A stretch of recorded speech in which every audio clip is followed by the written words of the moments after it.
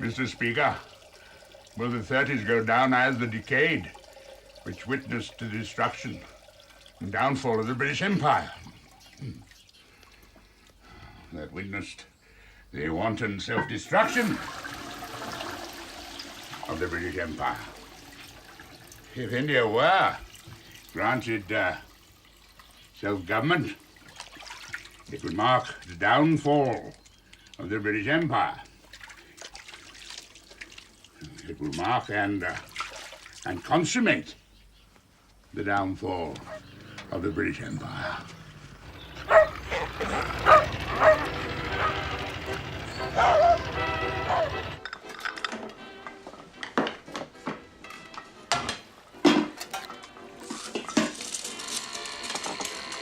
Mr. Inches, you're wanted. On my way.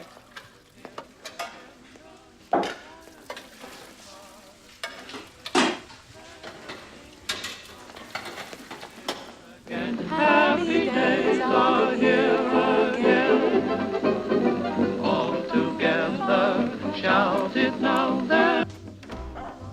Morning, Inches. Morning, madam. Better do something about Miss Sarah's gramophone. I don't want to start the day with another family altercation. No, madam. Hi, Mummy. Morning, darling. Inges, kindly tell my daughter to turn off that bloody gramophone. Trashy music all over the house. There you go, sir. She knows I can't stand it. Why does she do it? Leave it to me, sir, will you? Have you been drinking? This time in the morning, sir? Certainly not. If you have, I hope it's your damn whiskey and not mine. What time is Mrs. P coming? Early afternoon, sir. Early afternoon. Why not this morning? Because you told her not to come till after lunch, sir. Your invention, I did nothing of the sort. You said you were going to town this morning, sir, so she would not be required until after lunch. Well, I've changed my mind. I need to redraft this speech. Get her here now. Yes, sir. Thank you. Mrs. Churchill? Mrs. Landry, Good morning, madam. something the matter? What's wrong? It's Mr. Monks, madam. Butcher? Yes, madam. It seems we haven't paid his bill for several weeks, and he says he'd rather not provide us with any more meat until the account's settled.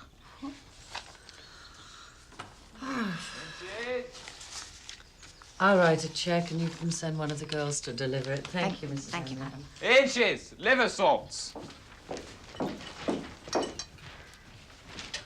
Good morning, sir.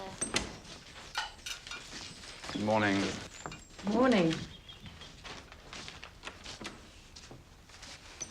Randolph, you look dreadful. Thank you, Mama. All this double branders late last night. Not in the same league as my beloved papa. It's very bad of a young man of your age to drink so Oh, much. don't start nagging at this time in the morning, please. Let me wake up first. Who is it? Kingston, have you paid Mr. Monks? Well, what?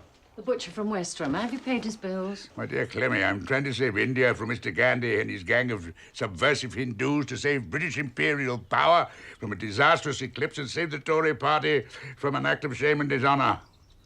In other words, you haven't paid the bill. For God's sake, woman, I can't do everything.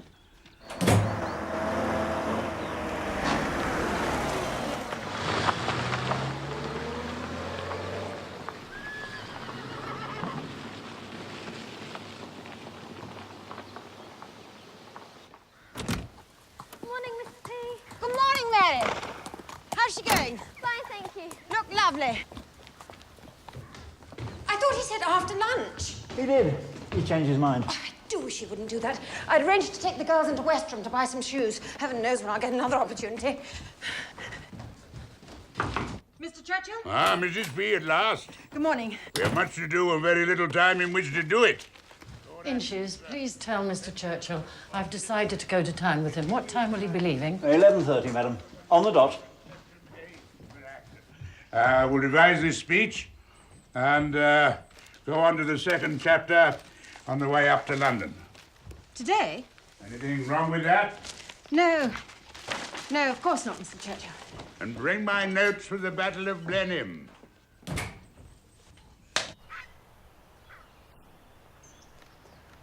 There you are, Clemmy. Did I keep you waiting? Not more than usual. Good morning, Mrs. Morning, Churchill. Jenna. How are you, Mrs. P? Well, I think I'm As fine. happy as It's a just clam, aren't you, Mrs. P? Don't you let him boss you about. He's a dreadful bully. Nonsense. Mrs. P adores me.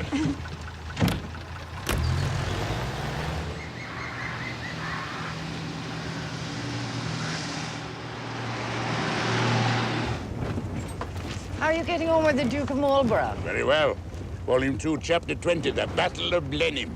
We're already on page 800 and something. I think the publishers hope for something a little shorter. Bugger the publishers, this is more than a biography, it's a panegyric. A tribute to my great and illustrious ancestor. Oh, get her, move on, Jenna. Overtake, overtake!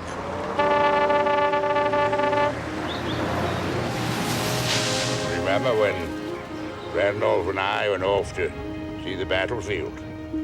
Of course. Well, I dreamt about it last night. Of course, everything. I mean, enemy being routed, Europe saved from those ravaging hordes. And there was Marlborough, riding into history. Our eyes met. I think he smiled at me. You shouldn't have had so much cheese. Stilton always gives you nightmares.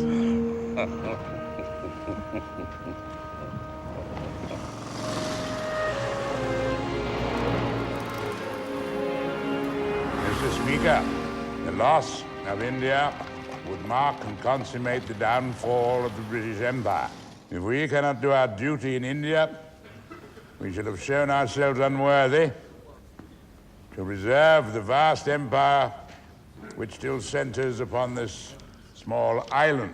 It is alarming and also nauseating to see Mr. Gandhi, a seditious Middle Temple lawyer, now posing as a fakir of a type well known in the East, striding half naked up the steps of the vice-regal palace to parley on equal terms with representative of the King Emperor. Hendon Council's Private Members Bill, second reading. Not bad, yeah? No, that sounds very reasonable now. Thank you, Tom. What a monstrous speech. You're his friend, Bracken. You should tell Winston to stop making such a fool of himself. It's pathetic. Britain is losing her grip on its imperial affairs. He's trying to stop the rot. Rubbish. Winston's a self-serving opportunist. That's why nobody trusts him. No sense of loyalty. Thanks, Tom. Does this party count for nothing? Is it disloyal to defend something one believes in passionately? He's attacking government policy, which means he's attacking his own damn party. It's about time he towed the line and stopped being such a bloody nuisance. The wrong hat, Tom.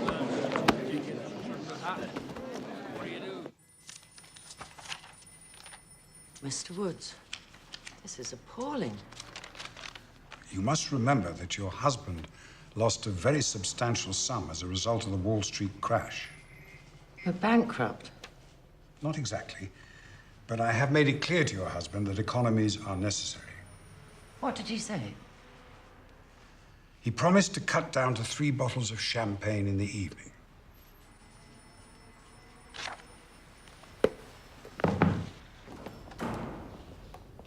There was a time when people used to rush into the chamber to hear me speak. It's Winston, they cry. Winston's on his feet. Now they hurry away, as if to avoid an embarrassing accident. I'm finished, Brendan. Nonsense. A ghost, witnessing my own demise.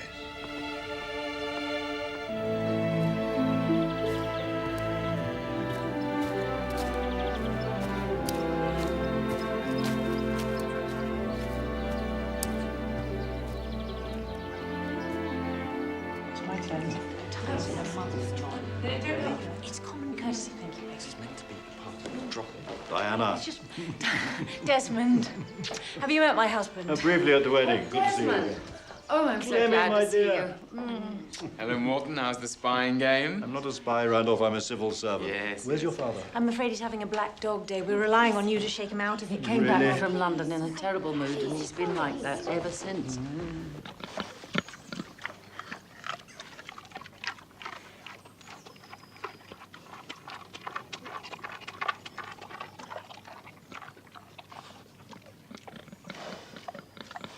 Winston!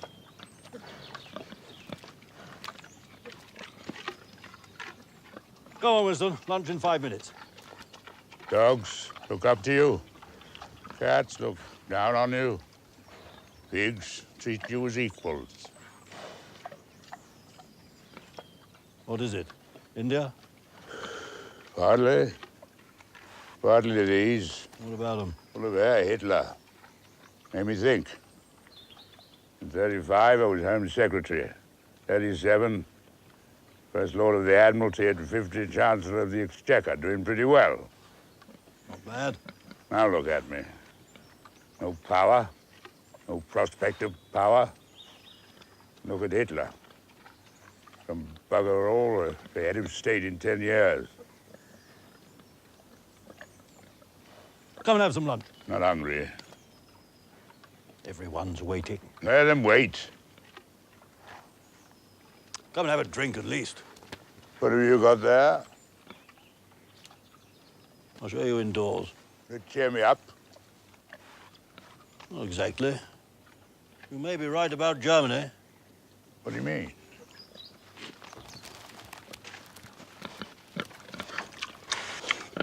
What is all this? It's a report from our air attaché in Berlin. He says the Nazis have in training over 8,000 pilots.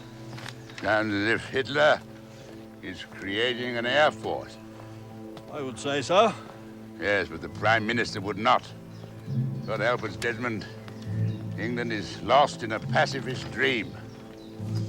People prefer that to the nightmare of war. Passchendaele and the Somme are all too close for comfort. Yeah. People are dreaming, it means they're asleep. Time they bloody woke up.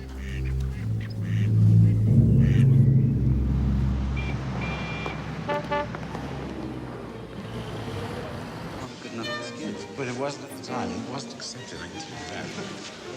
Mr. Baldwin? Prime Minister. Herr Becker. My government is very displeased by a number of scurrilous and totally unfounded attacks on the Third Reich that seem to emanate from the office of your ambassador in Berlin. So, Robert? Yes, I'll make the appropriate inquiries. Well, if it's true, we shall take immediate action. I deplore any attempt to create feelings of doubt and suspicion. I am anxious to work closely with Germany under the new order. Thank you, Mr. Baldwin. Mr. Wickham, perhaps you will let me know the results of these inquiries. The most recent dispatch from our ambassador reported that Nazi policy is intensely anti-Jewish. Is that scurrilous and totally unfounded? The Jews have become far too prominent in many aspects of German life. Their influence is disproportionate. Our policies are merely adjusting the balance. Is that why you built a concentration camp outside Munich? It's a place of protective custody, Mr. Wickham. And remember, please, it was the British who invented the concentration camp during the Boer War, I believe. We are merely following your good example.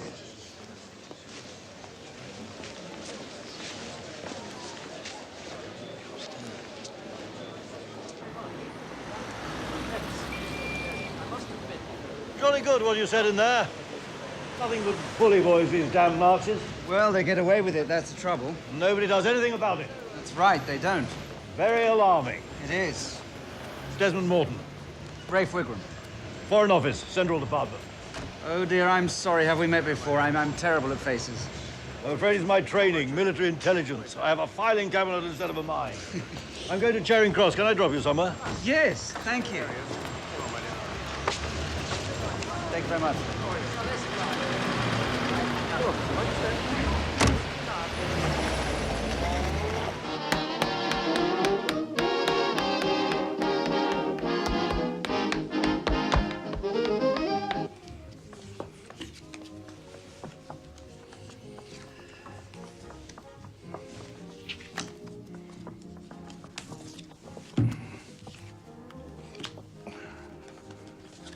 dish.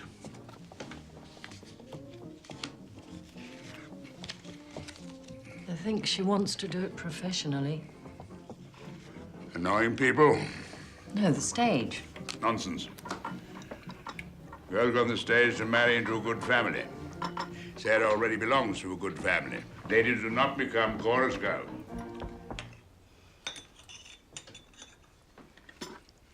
There's no cake.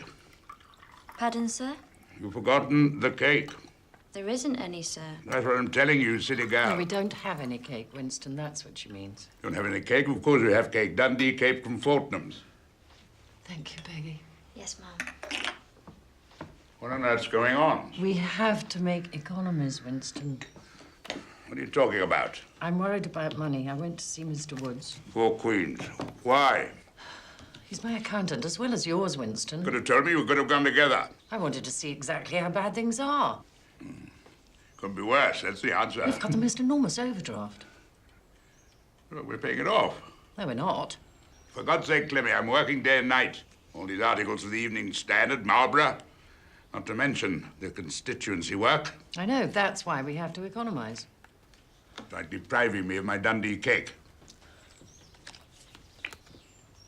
You're paying all of Randolph's debts. Randolph is hopeless with money, we all know that. Oh, he's irresponsible.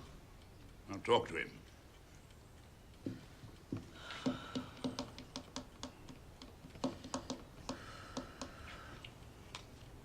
It's your turn. What? Oh, it's not. It is. Come along. You just won the last trick.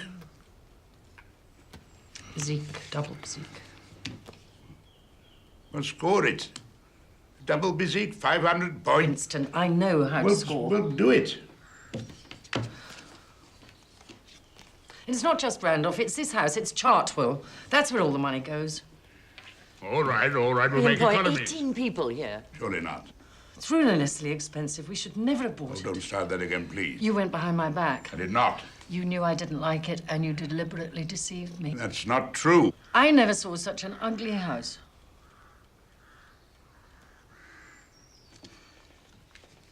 You may find the house ugly, I do not. Anyway, that's beside the point. Come with me. What for? I want to show you something. Don't change the subject. I'm not. Come with me, please.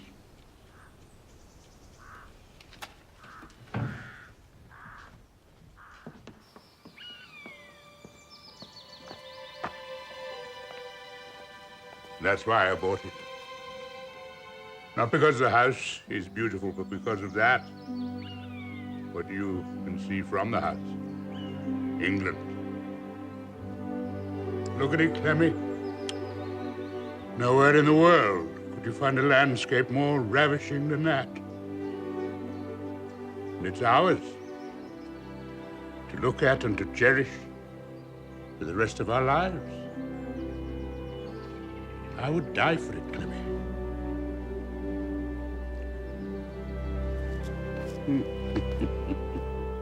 Oh, Winston.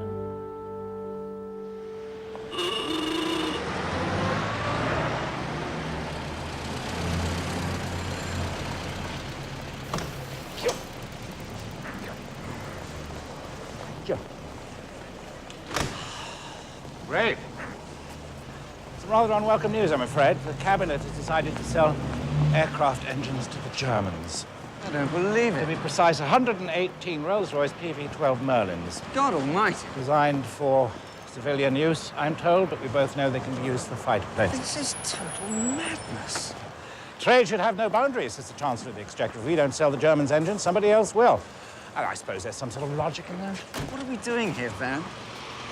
We make recommendations, write briefing notes, nobody listens. Nobody in Downing Street gives a damn. Well, they're not very interested in uncomfortable things like political reality.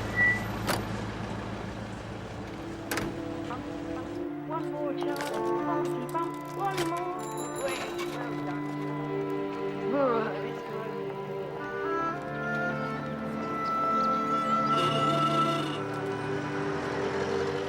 Surely the Germans aren't allowed to rearm. Try telling that to Mr. Hitler. Well, then why doesn't the government do something? They don't want to provoke another war.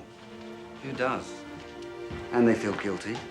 About what? The Treaty of Versailles was far too punitive. Robbed the Germans of their self-esteem. He's tired out, ma'am. I'm getting him ready for bed. Thank you, Ethel. Should we go up? Mr. Baldwin believes a strong Germany will keep Russia in its place. The government regards the communists as a greater threat than the Nazis. And are they? I think not. Nazism is more than just a political movement. It's a cult. A religion based on the idea of racial purity. Mankind, the Nazis believe, is divided between the man-gods and the subhumans. Aliens who will be used as beasts of burden or merely disposed of. Those with pure Aryan blood are the man-gods. The beasts are the Jews. You ready for bed? You ready for bed? Charlie.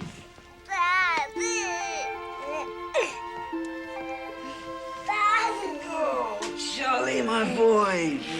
Hello, beautiful boy. You ready for bed? Yes, you ready for bed?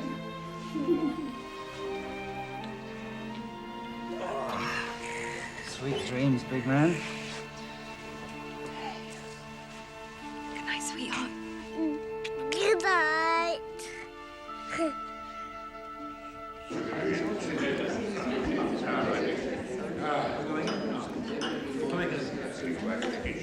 What part of Germany are you from, Herr Baron?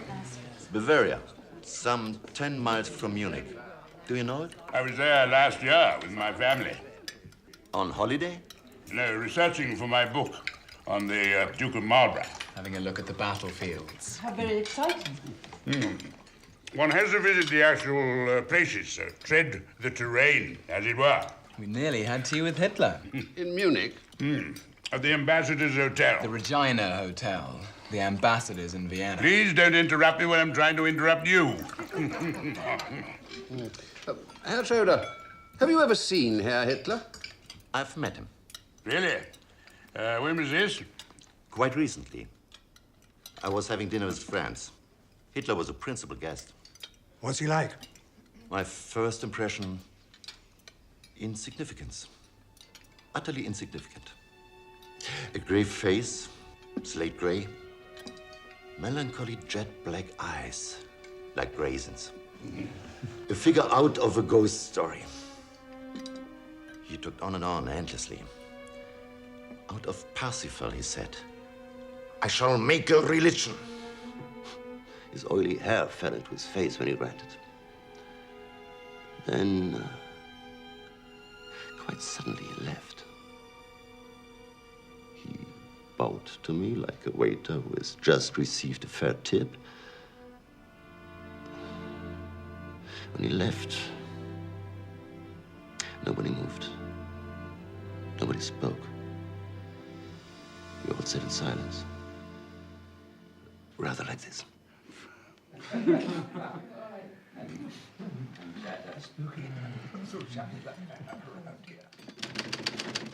After the Great War, we were told that Germany would be a democracy with parliamentary institutions. All this has been swept away. What do you have? Dictatorship. The most grim dictatorship. You have the persecution of the Jews, you have militarism, and appeals to every form of fighting spirit. Baldwin won't like that. He sincerely believes that Hitler does not want war. Baldwin. Not just Baldwin, many others. Well, they're wrong. Well, you think so, I think so, but don't underestimate them, Winston. They admire Hitler. Genuinely, they won't like it. Well, they can lump it. Order! You have dictatorship. It's grim dictatorship. Excuse me. You have the persecution of the Jews. You have militarism and appeals to every form of fighting spirit. Germany wants peace. We have steadily marched backward since the Great War. We've had enough bloodshed. Here's a greater. Rivalries are sharper. Military plans are more closely concerted. And because of our disarmament, Britain is weaker. Order! Order! The right honourable gentleman must be heard. The war mentality The war mentality is springing up again. Britain's hour of weakness is Europe's hour of danger.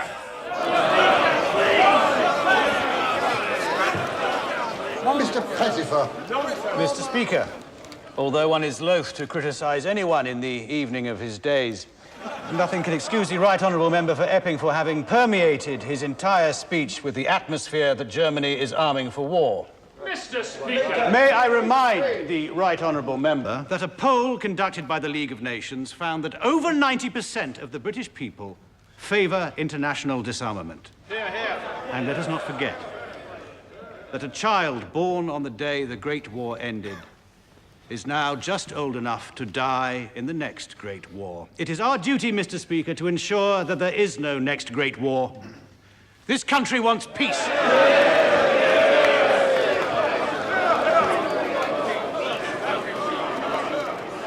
Mr. Speaker! People say, oh, Winston won't mind. He's used to being shouted at. But they're wrong. It hurts deeply. Especially from your own party. The Tories don't want to be made to think. What you're saying is right. That's what matters. They don't listen, that's what matters. Like banging your head against a brick wall. One can't go on forever. Those men of my age are retired. Do a bit of gardening, enjoy a spot of golf. Enjoy a few years of quietude. And die. All those dreams of standing shoulder to shoulder with Marlborough and all the other heroes is stupid nonsense. If you give up now, then you'll never know. Give up? Give up what? There's nothing to give up. You're depressed, black dogs barking. Well, perhaps he's barking the truth.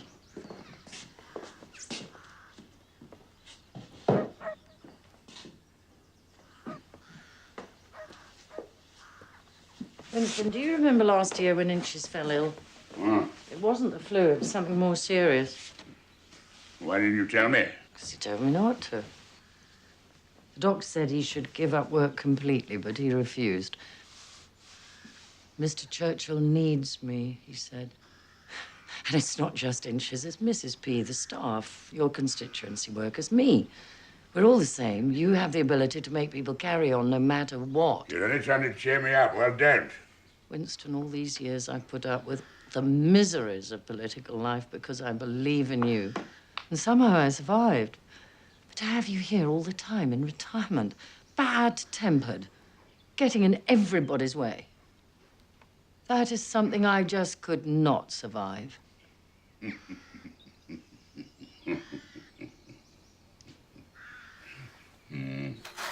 You're getting pretty good at this, Winston. 90 bricks an hour. Isn't that right, Harry? Nearer to 60, I should say, sir. Oh, very well, very well. Between 60 and 90. And I've become a member of the Amalgamated Union of Building Workers. Fully paid up. Very good. This material you're feeding me about the German Air Force, it's too generalized. Facts and figures, that's what I need. Not easy. That stuff doesn't come in my direction. So how do I get hold of it? To be honest, I don't think you can. Top secret. Eyes only. Go straight to the Foreign Office. See what you can do. I got thrashed again in the house last week. I need some muscle, Desmond. Need to fight back. Come in. Ah, Rafe, I thought you left ages ago. Well, I've been reading this. Drink? Yes. It's a report from Berlin. Hitler's cabinet has approved a new law.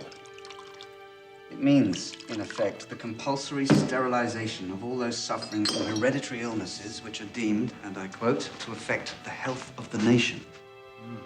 Bad. Racial purity. This is just the beginning. A word with the Prime Minister. Much good that'll do. He'll just say it's German domestic policy and has nothing to do with us. Which is true. In all honesty, Rafe, there's very little I can do, if anything. You, on the other hand, may think otherwise.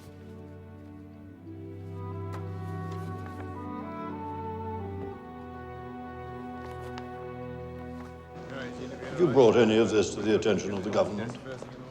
I've tried. I've sent briefing notes to Mr. Baldwin and all members of the cabinet. Have you had any reaction? Nobody pays any attention. Hitler's war machine's getting more powerful every day, and the British public's being deliberately misinformed. Or at least deliberately kept in the dark. I've made a summary of the figures issued by the government comparing our military strength with that of Germany. On the next page are my own figures, which are much nearer the truth. Germany will soon be strong enough to wage an aggressive war, which is what I believe they intend to do. Your figures are very precise. Much more so than the information I have.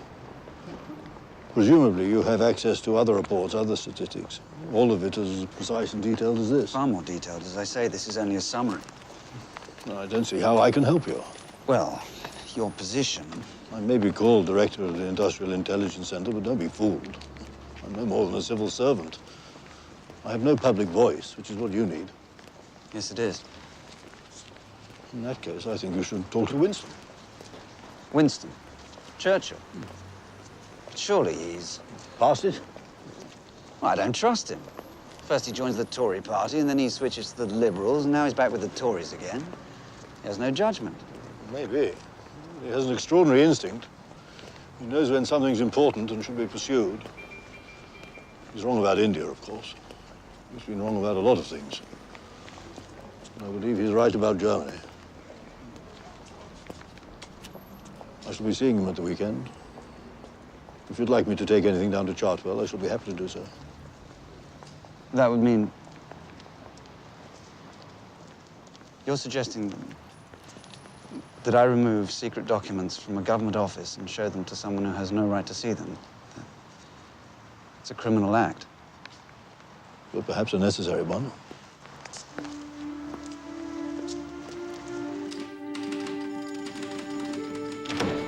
Marjorie? Yes, Mr. Wigram?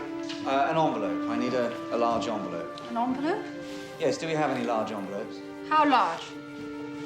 Just to take some papers, just an ordinary large-size envelope. Oh, if you give the papers to me, I'll post them for you. What's the address? No, it's nothing to do with work. Where do we keep the envelopes? Is this big enough for you? It's fine, perfect. Thank you.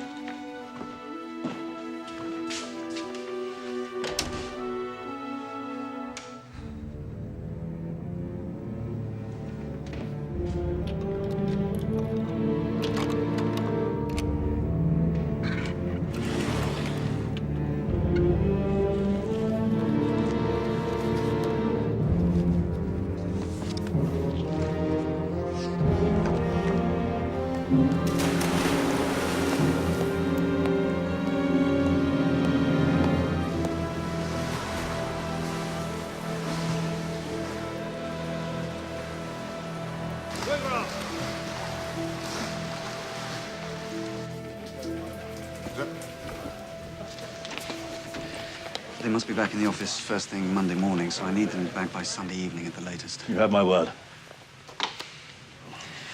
If it says don't walk on the grass, I never do. Never used to. Sunday evening, then. Sunday evening.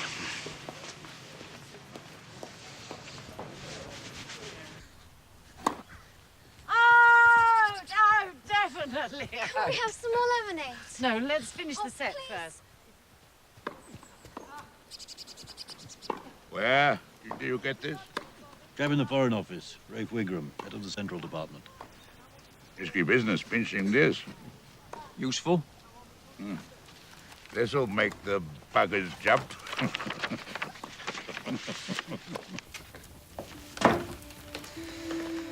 11:30. Where the hell is he? Morton promised. Well, perhaps you should telephone. Telephone who? Don't they know how important this is?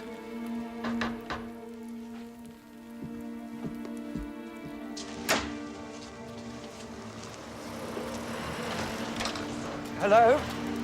Mr. Wigram? Yes. Brendan Bracken. Just returning that. Sorry I'm late.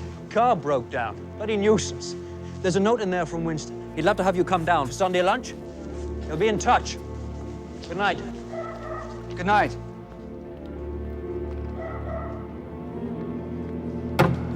Mr. Churchill. Mr. Speaker, before I am derided yet again, and before any further insults are hurled at me in the evening of my days, It's nearly midnight, Winston. let me give you some facts and figures, some food for thought. Let me describe to you the method of aircraft manufacture in Hitler's Germany. Sit down, Winston. We've heard it all before. This you will not have heard, I can assure you of that.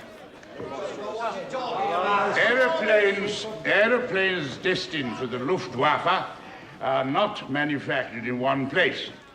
Throughout Germany, a large number of firms are making seemingly innocent component parts, which are then dispatched to great central factories where they are assembled very rapidly into fighter and bomber aircraft, like a jigsaw puzzle or Meccano game. It's very clever, very effective, and above all, it conceals the true scale of German rearmament. I am reliably informed that the working population of Dessau, a small town near Leipzig, increased last year by 13,000 people. And why was that? What is manufactured in Dessau that requires such an enormous influx of workers? Lager beer? Lederhosen? Sausages? Aircraft. That is why I say we must act decisively, and we must act now to put our defenses in order.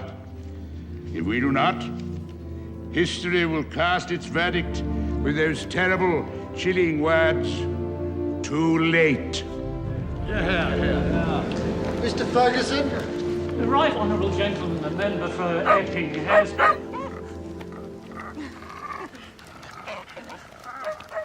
Charlie would so love a dog. Oh, I'm sure we could find you one. Off you go. I'm afraid our garden's too small. It's the size of a postage stamp. Well, we have an absolute menagerie here. Winston has cats, dogs, geese, donkeys, wild swans, pigs, not to mention the children. Don't know how you manage. I've written my own epitaph. Here lies a woman who was always tired because she lived in a world where too much was required. Are landscapes your speciality? On the whole, yes. Less troublesome than portraits. A tree can't tell me that I haven't done it justice. Don't know how you find time for painting. Oh, I wouldn't do without it. It keeps me sane. I mean it. This couldn't exist without paints and brushes. The black dog will get me. Are you a warrior? Yes, I'm afraid I am. Well, then you should definitely take up painting. It's good for the spirit, calms the nerves. What do you worry about? Almost everything, really. My wife, my son. Are they happy? Will they be all right? State of my finances, state of the world, state of my roof. Your what? My roof. We have a leaky roof every time it rains. It's a nightmare. But most of all, I'm worried about these papers, these documents I'm showing you. If anyone were to find out, I'd be in the most terrible trouble. Nobody would find out. Don't worry, Rafe. It's all strictly confidential. May I call you Rafe if it's not too sudden? Please do. The recognizing and acknowledging of fear is a mark of wisdom. For example, I can't stand too near the edge of a platform when an express train is passing through. A second's action would end everything forever. My doctor says it's a form of melancholia. We call it my black dog. Painting drives it away, as does bricklaying. I'm building a wall. Goes well with writing. 2,000 words 200 bricks a day. What's the time? I feel peckish. It's nearly 4 o'clock. I knew it. Time for tea. When we have visitors, we have Dundee cake. Yes, it's a great treat these days. I'm particularly fond of Dundee cake. Come along, Rafe. I'll take these. You bring the easel. My old man said, follow the bells, rather down, dilly-da. Oh, come on, don't try and fold it up. It's a bloody nightmare. And down, dilly-dally on the way. I hear you went to Chartwell. Yes. Did you have fun? Yes, we did, rather. I didn't know you were chummy with Winston. Well, I'm not chummy. I wonder what he wants you for. What do you mean? Winston's so-called friends are all people who are useful to him. The idea of having a friend simply because you like someone has no place in Winston's world. You have to be very careful. What of? He demands total loyalty. Thou shalt have no other gods before me. Do you know what Lloyd George said of him? He said he would make a drum of his own mother's skin in order to sound his own praises.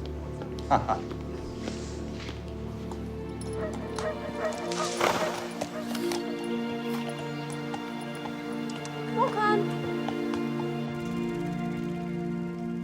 Who's this article for?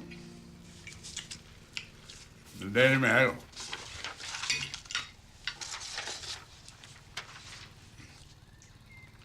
Damn good at the Daily Mail. Big fee, big readership. What more could a fellow ask?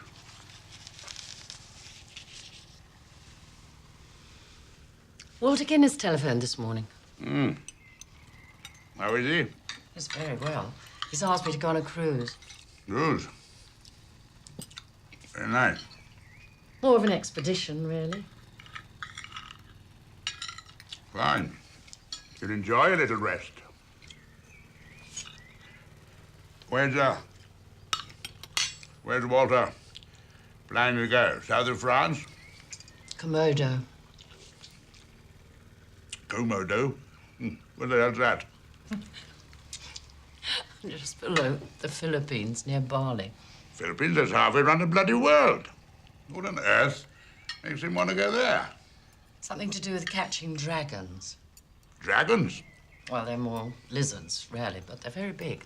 And they're for the zoo. Wait a minute. Walter Guinness is seriously suggesting going halfway down the world searching for some damn lizards. Is that right? Oh, yes. You must be mad. What's the point of it? It would be a great adventure. You'd be away weeks, months. About 4 months. What is going on this trip? Evelyn, of course. 2 of their cousins. A man called Terence Phillip. Who's he? Art dealer. We met him at one of Walter's dinner parties. Clemmy, you have 4 children who require your love and support, not to mention a husband who has to work 20 hours a day to keep this household afloat. And you think it's all right, do you, to leave us, to go off chasing lizards with Walter Guinness? What am I supposed to say to that? Well, don't you think it just might be construed as just a little selfish? Well, don't you? Huh? Winston, do not accuse me of being selfish.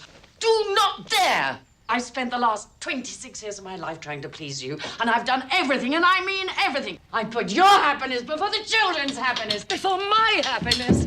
You're the most sensitive man I've ever met. So,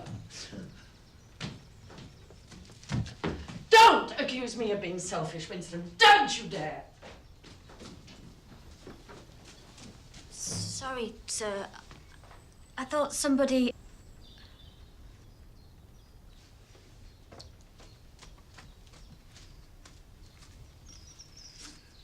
The Sprouts misbehaved.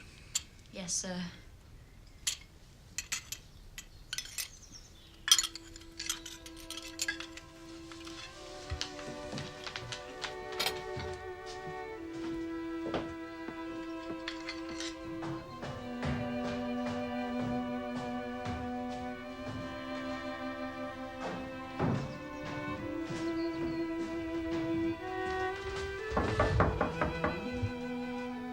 Mrs. Pussycat, Mr. Pug is very sorry. Pussycat, do let me in. Mr. Pug is very lonely out here. Mrs. Pussycat, please.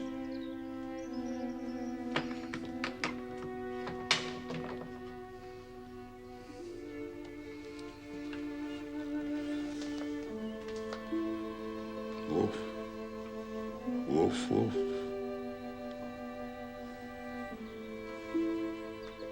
Meow.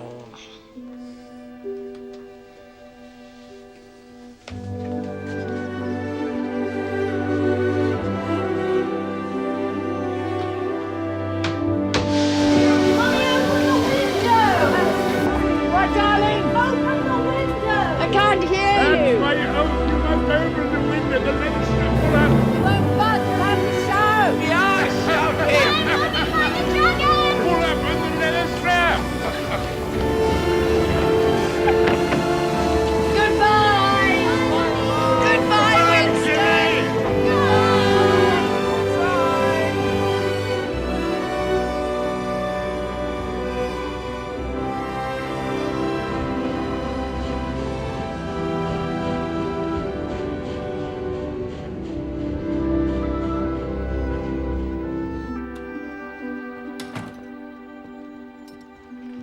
And how are you this morning, sir? All right, I think. Thank you for asking.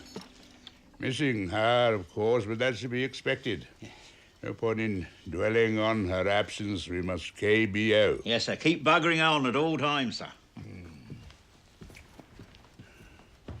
KBO. That's the order of the day.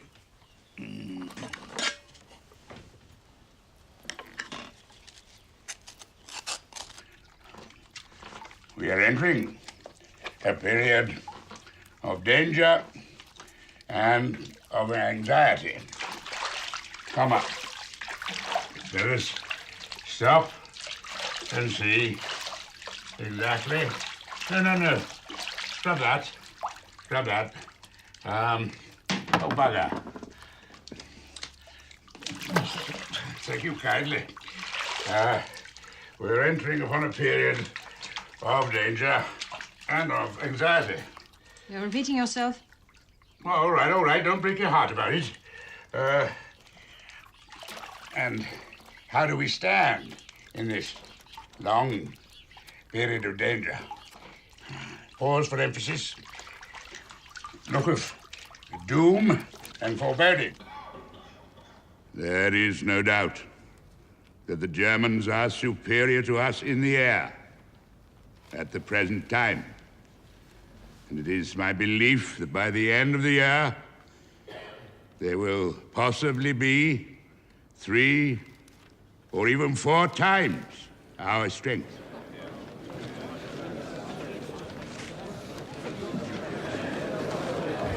Where on earth did he get all that information? Winston makes it his business to be well informed. Well, I don't like it. It could do immense damage to our trade with Germany. Not to mention the cost of rearmament. I mean, where does he think the money's coming from? I want him isolated. Tell the whips. Only a short distance away, there dwells a nation of nearly 70 millions who are taught from childhood to think of war and conquest as a glorious exercise, and death in battle as man's noblest fate. Stop. Mr. Churchill.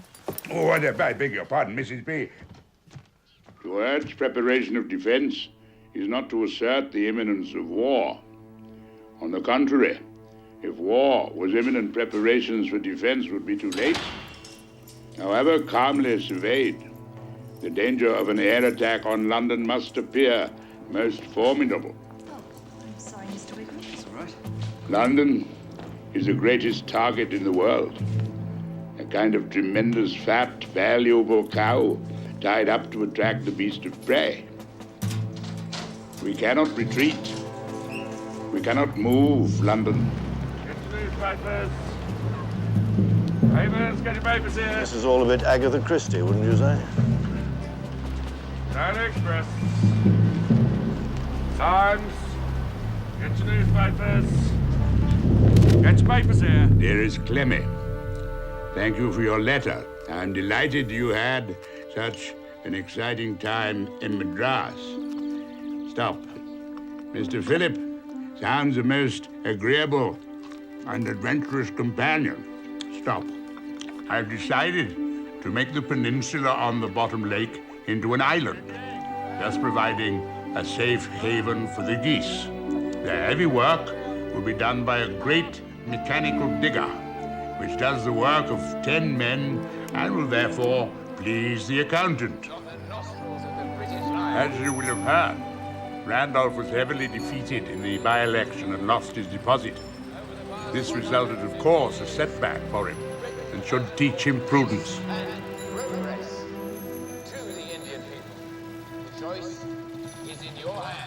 If I achieve anything, they all say it's because of you. Rubbish. And when I fail, they say, oh, what a tragedy for the old man. For God's sake, Randolph. I'm not a child, Papa. I'm 23. I want to make a life of my own. All right, do what you like. Make a fool of yourself. I don't give a damn. Go to hell, Papa. I'm not staying in this bloody house a moment longer. Bugger.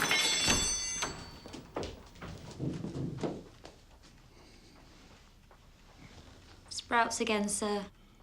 Cauliflower. Keep young and beautiful. It's your duty to be beautiful. Mary and I went to see the show that Sarah has got herself involved in. Didn't care for it at all. Not a patch on Gilbert and Sullivan. Keep young and beautiful. It's your duty to be beautiful. Keep young and beautiful if you want to be loved. Met this wretched man she keeps talking about, Vic Oliver, the so-called star of the show. If you want to be loved, if you're wise, exercise all the fat off. Take it off here, off there. When you're seen anywhere with your hat off, have a Marcel waving your hair. Can't imagine what she sees in him. Common as dirt. Diana, I know, has written to you about her intended divorce.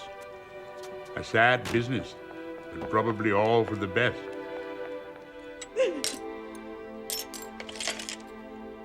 I dealt with the situation very clumsily, I'm afraid. I wish profoundly that you'd been there to offer comfort and advice. It's getting deeper in, Richard! The accountant has been sadly disappointed. Downpours of rain occurred, and the mechanical digger sank into the mud and finally wallowed himself into an awful pit. No good. Hopeless. 98 degrees, sir. Very good, he says. Full steam ahead. Yes, sir. Very good, sir.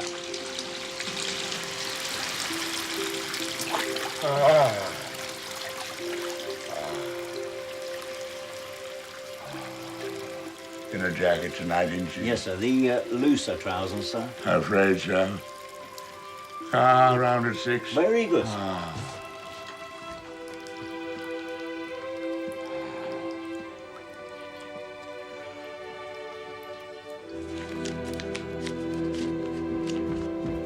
Morning, Mr. Churchill.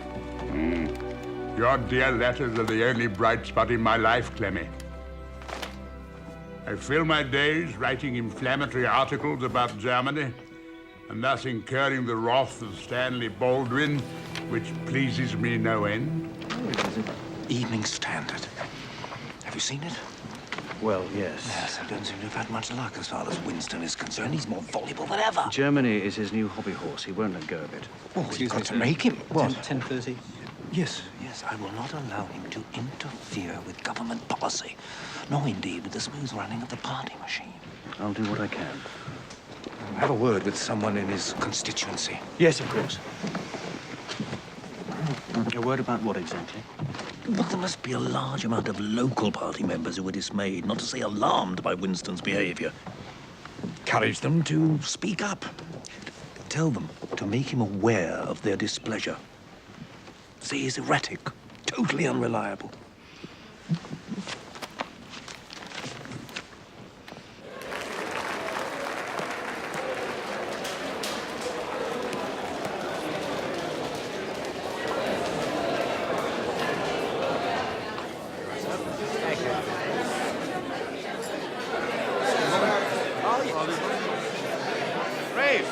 Hello, man. Enjoying it? Oh, very much. You? Oh, immensely. Winston's been very active recently. Active? Oh, yeah, endless speeches, all those newspaper articles, Evening Standard, Daily Mail, everywhere you look. Created a lot of anxiety. Yes, I'm sure. Not surprising, really. No. His information is remarkably detailed. People are starting to wonder where it comes from. Of course, a lot of it could come from your department. Yes, it could, I know.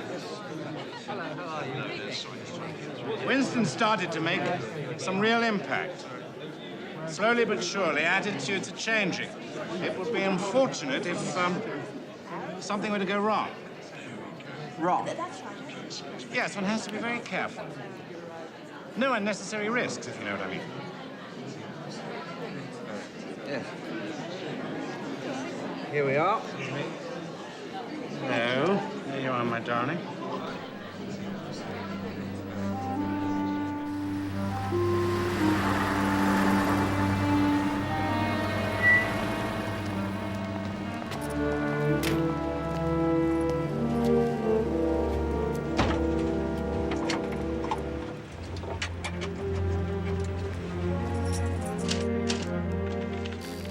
We must defend our island from foreign aggression. Stop. All clear. We should repudiate all defeatism and pacifism. Stop. Bugger! Westrum 93. It's for you, sir, Mr. Wigram. I can't say. It can only be safe if it is strong. Brave, how are you? Winston, I can't go on with this. I'm sure they know something. We have to stop this now. Listen, Rafe, just a little longer. Winston, are you sure we're not making matters worse? I don't believe we are. It's so very important what you're doing, Rafe. You mustn't stop now. Rafe KBO, remember our motto, keep buggering on.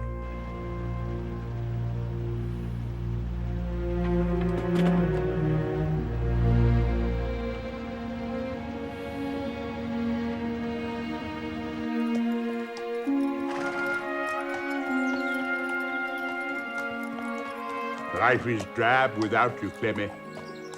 If it weren't for Mary, I'd be utterly miserable. Now, I just want to show you the scale, the distance. There's the south of England where we live, and there is Austria, where you went last Christmas with Mummy. Yes, and you remember how far away that was? Yes. Now, I'm going to show you where Mummy is now. Let her go! Miles and miles away! Your desert island picnic with Mr. Phillips sounds idyllic. I wish I could have been there with you. Through the Suez Canal. It is over 11 weeks since you left Chartwell. Madras, Rangoon. And I'm counting the seconds until you return. To Komodo, where the dragons are. It really is a long way. Yeah, it is. Paragraph. Diane has gone back to her husband, comma, but I fear the marriage will not last. Stop. Inches out. I'm in the middle of a letter. Telephone, sir. Out. The man says it's important, sir. Go back later. Really important. Who is it? Major Sankey, sir. Who the hell is Major Sankey? One of your constituency workers. I think you should talk to him. What, now? Yes, Mr. Churchill. He's been ringing all morning. Oh, all right, all right. Inches, you're the most irritating clod that ever walked the earth. I was in the middle of a letter to my wife, and now I've completely lost my train of thought. Idiot. Have you no sensitivity whatsoever? There's no need to be insulting, sir. I was merely passing on a message. Shut up, Inches. How dare you? Tell the girl to put the call through up here. She's gone to lunch, sir. Well, then do it yourself. I am not acquainted with the mechanism, sir. Oh, God almighty bloody hell. You're very rude to me, Inches. You're very rude to me, sir. Yes, but I'm a great man. You're a stupid old bugger. Mr. Churchill's in trouble. How do you mean? Mr. Baldwin or someone high up is trying to get him pushed out. Of what? The Conservative Party. Don't be daft, girl. They wouldn't do a thing like that. They don't like all his speeches about Germany. They want to shut him up. Well, can they do that, Mrs. B? Just kick him out? They could, I suppose. Yes. Organise a vote of no confidence, something like that. They never get over it. I know. I tell you this, Mrs. P, if they do kick him out, I shall never vote Tory again. Never. Not even Liberal. Hassad! Buggers! This is absolutely the worst thing of my whole bloody life. I'm surrounded by enemies. They call me a warmonger because I speak the blunt truth. Baldwin is behind all this, Stanley bloody Baldwin. No better than an epileptic corpse. Who is in charge of the clattering train? The axles creak and the couplings strain. The pace is hot and the points are near. And sleep has deadened the driver's ear. And the signals flash through the nights in vain. For death is in charge of the clattering train. You've been needing a glass of champagne. Possibly two. Charlie, Mummy's nearly finished, and then I promise we'll go out to the park. There's someone to see you, ma'am. Oh, who? Mr. Pettifer? Pettifer? To see me? We'll go in a minute, darling. What are you reading, Charlie?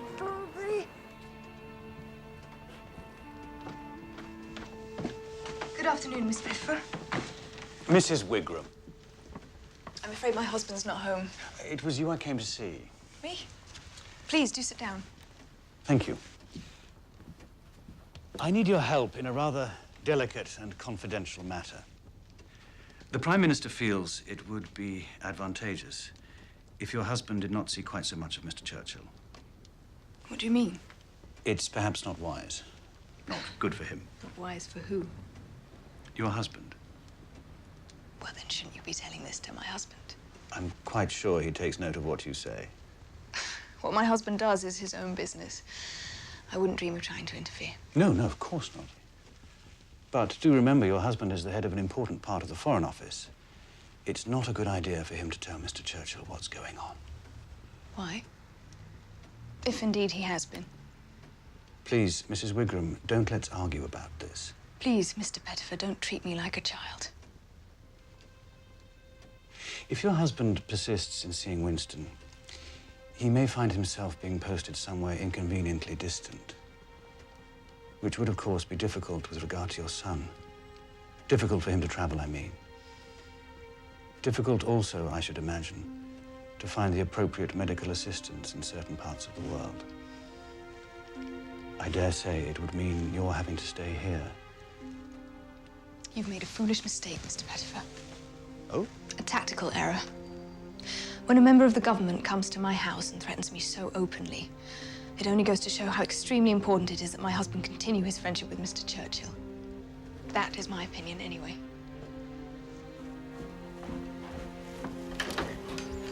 Please give my regards to your husband. Do tell him what I said. I think I prefer not to. Good afternoon, Mrs. Wigram.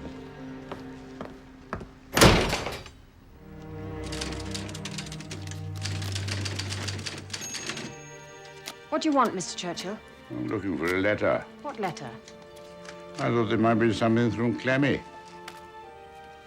Not today. It's not easy to post letters in that part of the world.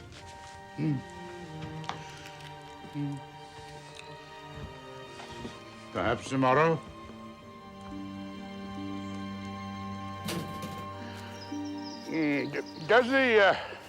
Does the name Terence Phillip mean anything to you? Terence Phillip? Yes. Art dealer, I think. Anything known? Good looking. Rather dashing, plenty of money. His father was rich. Married? No. Clemmy seems to be quite chummy with him. She keeps mentioning him. Oh, he's on the boat with her. He is. I'm idiotically jealous. Oh, Winston. I'm sure she's in love with him. Rubbish. She writes about him in every letter. Terence and I did this, Terence and I did that. They're just companions, friends on holiday together. I know Clemmy. I can read between the lines. I know her thoughts. Don't be ridiculous. She loves you, Winston, very deeply. I'm a rotten husband. Nonsense. I suppose he's the romantic type, you know, all that sort of stuff. You never got much of that from me. Well, it never seemed important, even when I was young. Daisy Fellows? She tried to seduce me at the Ritz. Wasn't interested. Used to think it was because I smoked too much. Tobacco is bad for love. Old age is worse. You're talking nonsense, Winston. I've lived too long. I'm in the ruck. I've drunk too deeply of the cup. I cannot spend. I cannot fuck. I'm down and out. I'm buggered up. Where you get that from? It's a translation from the Russian, Pushkin, I believe. You may laugh, Desmond Morton, but I think about it all the time. Clemmy and that fella. She'll be home soon, Winston. Wrap me up in my tarpaulin jacket and say a poor trooper lies low. Get 6 stalwart lancers to carry me with steps silent, mournful, and slow. Mr. Churchill! Mr. Churchill, sir! Mr. Churchill! Angie, you're drunk. She's here, sir. She's here. What? Taxi's coming down the drive, sir. What on earth are you talking about? Mrs. Churchill, sir. She's here? Yes, sir. She's here, she's here! She's here! She's here, she's here, she's here! Out of my way, out of my way!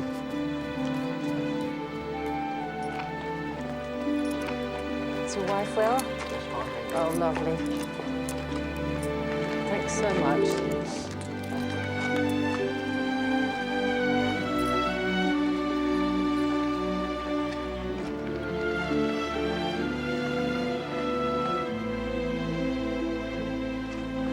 Why are you all wet? I thought I'd never see you again.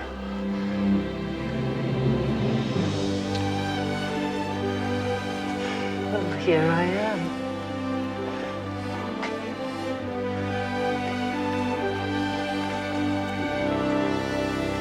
Mr. Inches, how are you?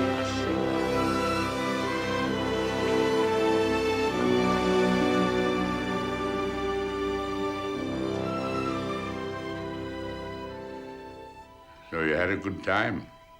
Wonderful. I missed you very much. I missed you too. I'm not sure that I believe that.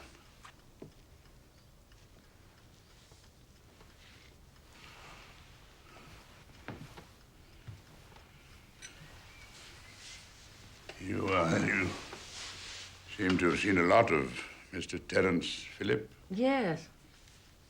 You like him? It's good fun. Good fun? It's very interesting. I hear he's much in demand. All the hostesses in London want him at their dinner table. Oh, yes. I'm sure they do.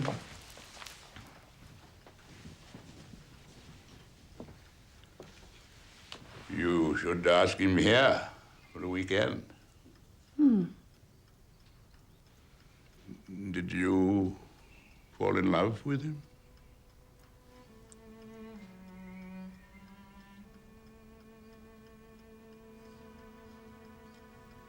You made me like him.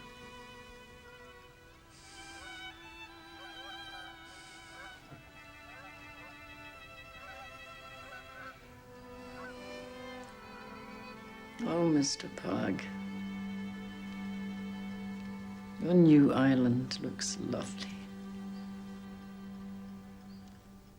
At Versailles, it was laid down, and at Locarno, it was confirmed that Germany was forbidden to take any armed forces into the Rhineland zone. And for 18 years, the fortresses of Frankfurt, Koblenz, and the other garrison cities on the Rhine have been empty. But gradually, under dictator Hitler, Germany has been asserting her independence of treaty obligations.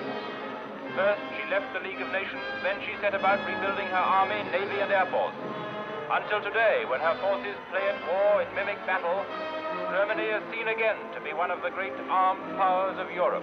Die und die Bewegung sind Lebensausdruck unseres Volkes, damit ein Symbol des Ewigen. Es lebe die nationalsozialistische Bewegung! Es lebe Deutschland!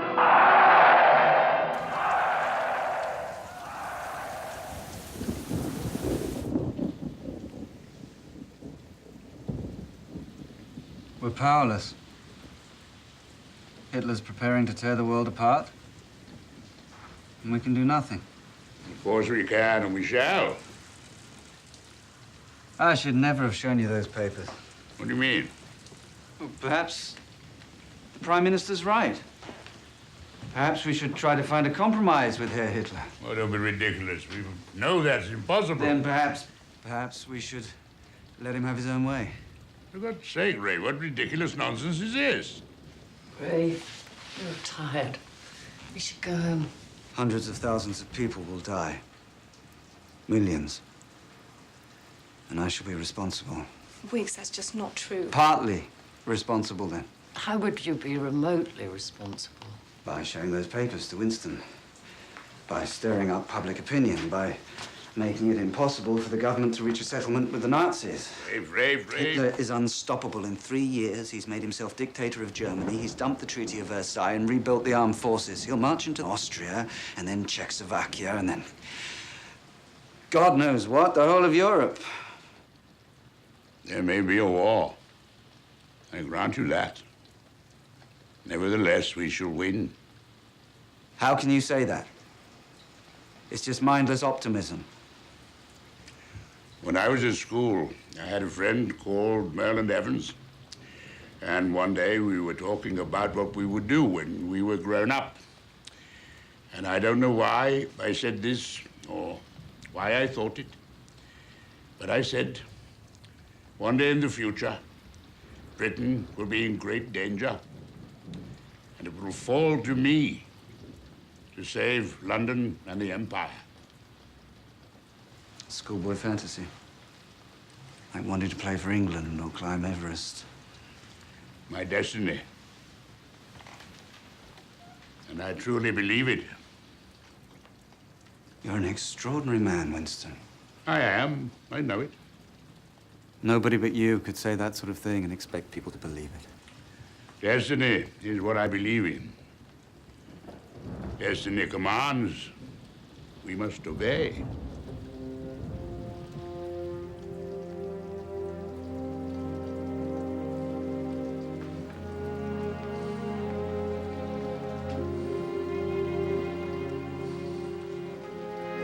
Not a very jolly lunch, I'm afraid. Look after yourself, Alma. Take care of Rafe. He needs you so much. I will. Thank you, Clemmy. Bye.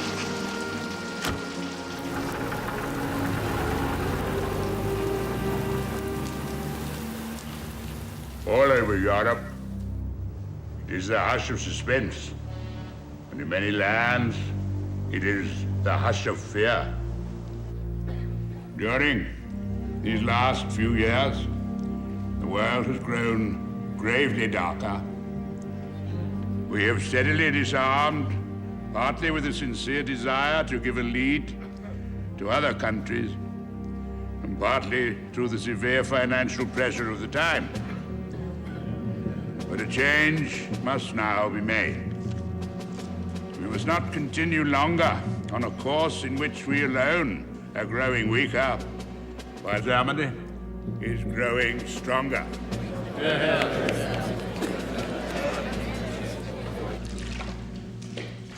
Prime Minister. Oh, hello, Winston. I hear there's a nonsensical rumor that you're about to retire. Please state that that isn't the case. Well, I shall be making an official announcement in due course. But please be discreet. I don't want everybody to know. I'm very surprised. You're much loved in the country, Stanley. I've had my day. I'm exhausted. You know, some days I'm so tired I can hardly turn over the pages of a book. We've had our differences, profound differences. But I've always admired your great political skills. Winston, let me tell you something. To my mind, War is the greatest folly that can afflict mankind. No, absolutely, no question about it. Now, please don't interrupt. Now, maybe you're right about Hitler. Perhaps this war is inevitable. But I believe that I am also right. I have done everything in my power to preserve peace, and I would do exactly the same all over again. Bloodshed, sorrow, irreparable loss. That's what I've been hoping to prevent. But, as I say, you may well be right.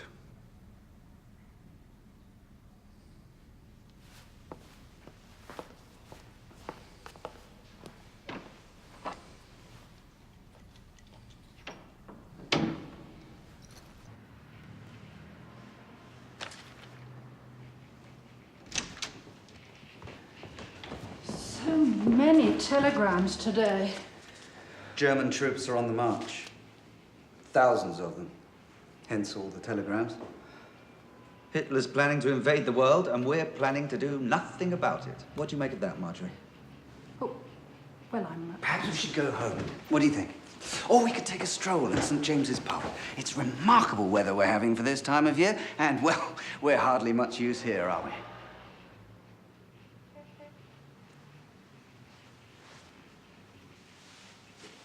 Sorry, Marjorie.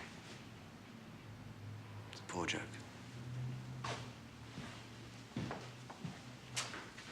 Thank you. Thank you for these.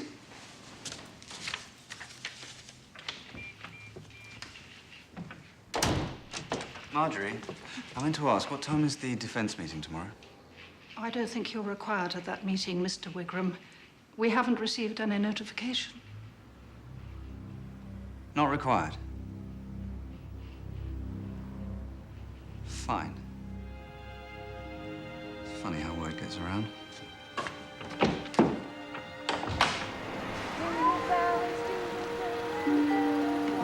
you very much. Come on, my little man. Here we are. Hello.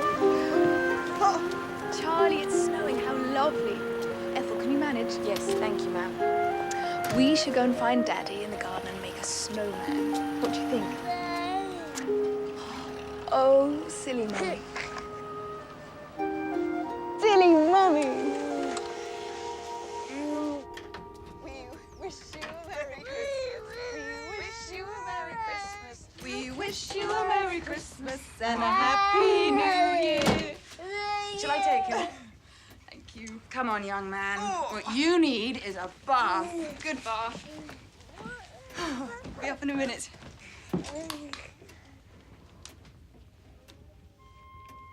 Rafe? What's wrong? Nothing. Drink? Please.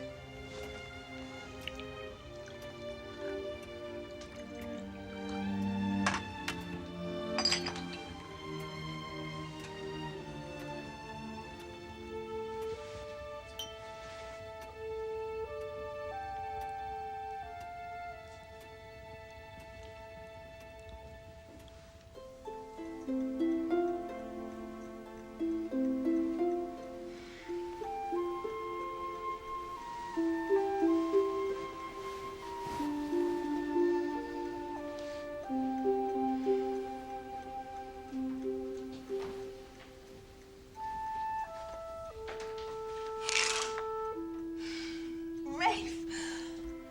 The snow, it's settled. How wonderful. We must take Charlie to the park. He's never seen snow like this. So beautiful, like a painting. You must telephone to the office. Tell them you won't be in today. Just for 2 or 3 hours. It is Christmas after all. I'm sure they can spare you. I'm afraid I absolutely forbid you to go to work on a day like today.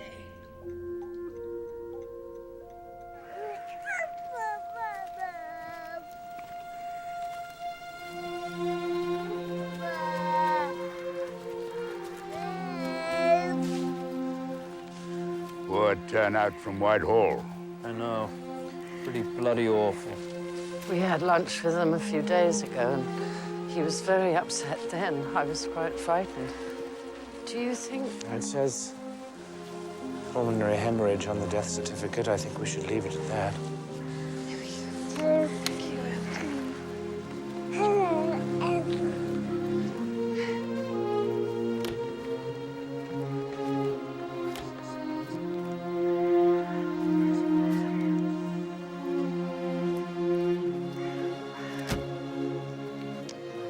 He said it was all pointless.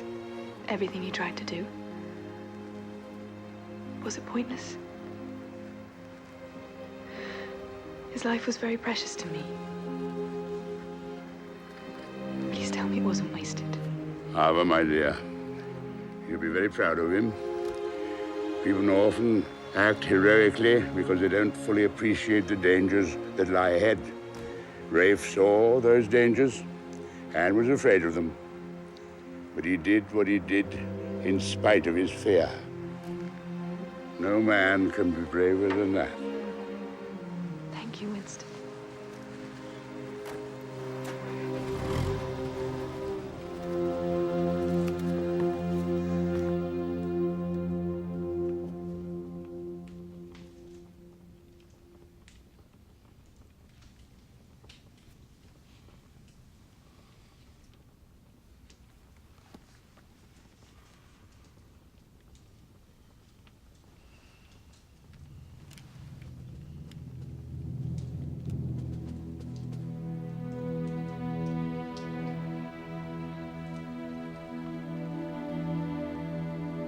What is it?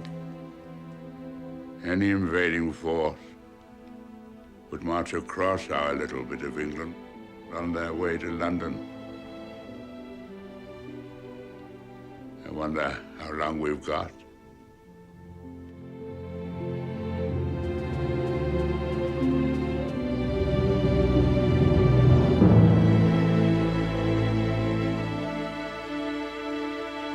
This is London. You will now hear a statement by the Prime Minister, the Right Honourable Neville Chamberlain. I am speaking to you from the Cabinet Room at 10 Downing Street. This morning, the British ambassador in Berlin handed the German government a final note stating that unless we heard from them by 11 o'clock, that they were prepared at once to withdraw their troops from Poland, a state of war would exist between us. I have to tell you now that no such undertaking has been received, and that consequently this country is at war with Germany.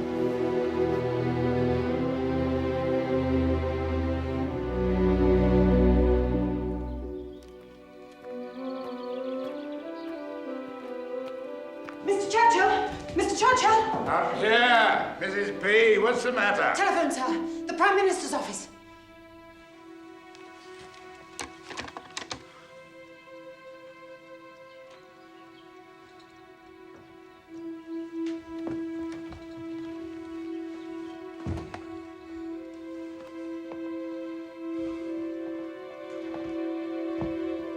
First Lord of the Admiralty back in power! Jolly good show. It's marvelous. I've been made a member of the War Cabinet. Mrs. Churchill and I must now make our home in London. Needless to say, we shall return to Chartwell whenever possible. Every one of you will be looked after, and either retained here or found good jobs elsewhere. Mr. Inches has all the details. There may be difficult and painful times ahead, but now that I'm in charge of the Navy, Mr. Hitler and his Nazi thugs had better look out. We're going to teach them a lesson they'll never forget.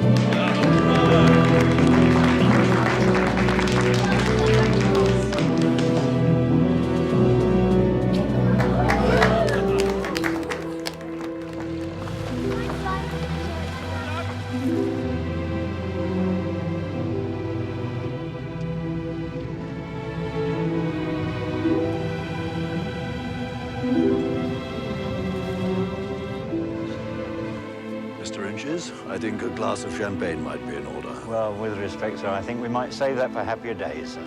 Quite right. However, there is a very good claret, sir, if you might be interested in. It is a very good year. I can't tell you which year, sir.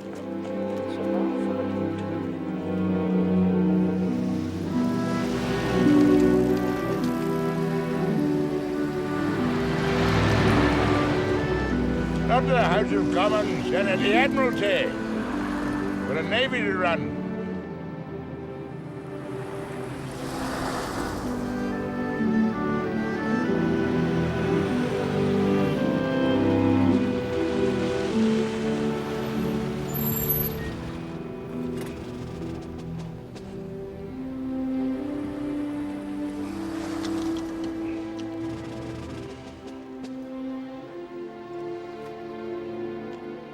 just before the Battle of Blenheim.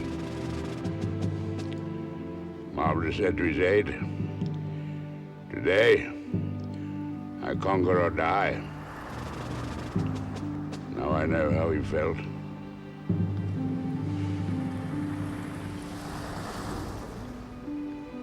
Thank you. For what? For being rash enough to marry me. Foolish enough to stay with me. And loving me in a way I thought I'd never be loved.